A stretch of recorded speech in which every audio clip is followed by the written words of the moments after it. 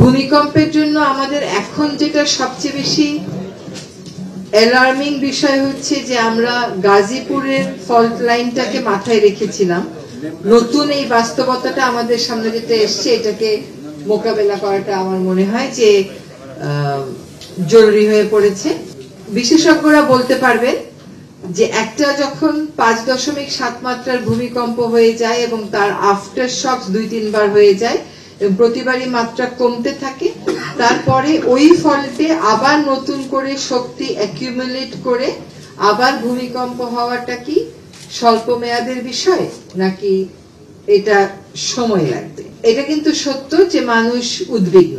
আমার কাছে মনে হয় যে আমাদের প্রস্তুতির পাশাপাশি উন্নয়নের কতগুলো দিকেও, প্ল্যানিং এর কতগুলো দিকেও আমাদেরকে লাগাম টেনে ধরতে হবে। একটা হচ্ছে রাজুক যেরকম রিস্ক অ্যাসেসমেন্ট করতে পারে, আপনি নিজেও বলেছেন যে থার্ড পার্টি অ্যাসেসমেন্টও শুরু করে দেওয়া যেতে পারে এবং এইটা আসলে দ্রুতই আমার ধারণা একটা নির্দেশ দেওয়া যেতে পারে যে বিভিন্ন নেইবারহুডকে কেন্দ্র করে, যে ধানমন্ডি নেইবারহুডে, পুরনো ঢাকা নেইবারহুডে কোথায় কোথায় কোন কোন ফার্মকে আপনারা অ্যাসাইন করছেন এবং সেই ফার্ম এবং বাড়ির মালিকেরা যৌথভাবে কম্প্রিহেন্সিভ একটা অ্যাসেসমেন্ট করে ফেলতে পারে। এটা আর কিন্তু কোনো অপেক্ষা করার আমাদের কোনো সুযোগ নেই।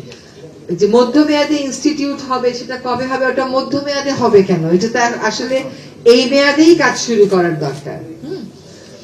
আরেকটা হচ্ছে যে আমরা একটা ডোবা, একটা পুকুর, এটার মধ্যে বিল্ডিং করলে কি এমন সমস্যা? এটাই তো আমাদের মানসিকতা। প্রায় সময় আমরা এই তর্ক করি যে মজা একটা পুকুর আছে, সুতরাং এটার মধ্যে একটা বিল্ডিং করে ফেলাম। আসলে ওইটা আমরা তো অ্যাসেস করার এবিলিটি আমাদের নেই। আমরা যতই বলি না কেন আমরা এই করেছি ওই করেছি, আমাদের আসলে সার্বক্ষণিক অ্যাসেসমেন্টের সুবিধা নেই। ফলে প্রথম কাজ আমাদের হচ্ছে যে মানুষকে আশ্বস্ত করা যে সরকার এটা নিয়ে আসলে কাজ করছে। কারণ আমরা এই মিটিং এর পরে কিন্তু মাননীয় প্রধান উপদেষ্টা মহোদয় নিজে কয়েকজন বিশেষজ্ঞকে ডেকেছেন, উনি শুনবেন। ফলে আমাদের অ্যাসেসমেন্টের কাজটা আসলে বিশেষ নির্দেশের মাধ্যমে শুরু হয়ে যাওয়া উচিত।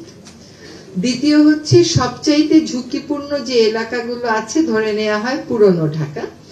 পুরনো ঢাকার ঝুঁকি কেবল এই জন্য না যে ওটার বিল্ডিং গুলো পুরনো, এই জন্য যে ওখানে খোলা জায়গা নেই, এই জন্য যে ওইখানে প্রায় প্রতিটা বাসাতেই ঝুঁকিপূর্ণ কেমিক্যালের কারখানা আছে।